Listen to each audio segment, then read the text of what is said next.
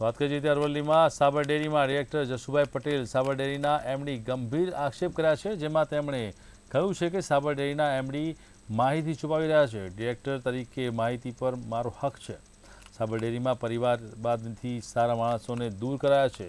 જમાઈ દીકરી સહિત સગાવાલાઓને પ્રમોશન આપી દીધું છે. સગાવાલાઓને 3 વખત ગ્રેડ આપી સાચા કર્મચારીઓને અન્યાય કરાયો છે. ત્યારે જસુભાઈ પટેલની ડેરીની પારદર્શકતા સામે ગંભીર આક્ષેપ કરાયા છે, જેમાં અવારનવાર આવનારા દિવસોમાં દૂધ ઉત્પાદકો માટે ઘાતક સાબિત થશે. મામકાઓને પ્રમોશન આપવાની મારી પાસે યાદી મળી ગઈ છે. મેં જ્યારે એની માહિતી માગી ત્યારે એમડી જવાબ આપે છે કે આ માહિતી ચેરમેન કહે તો જ અપાય, બાકી માહિતી મળી શકે નહીં.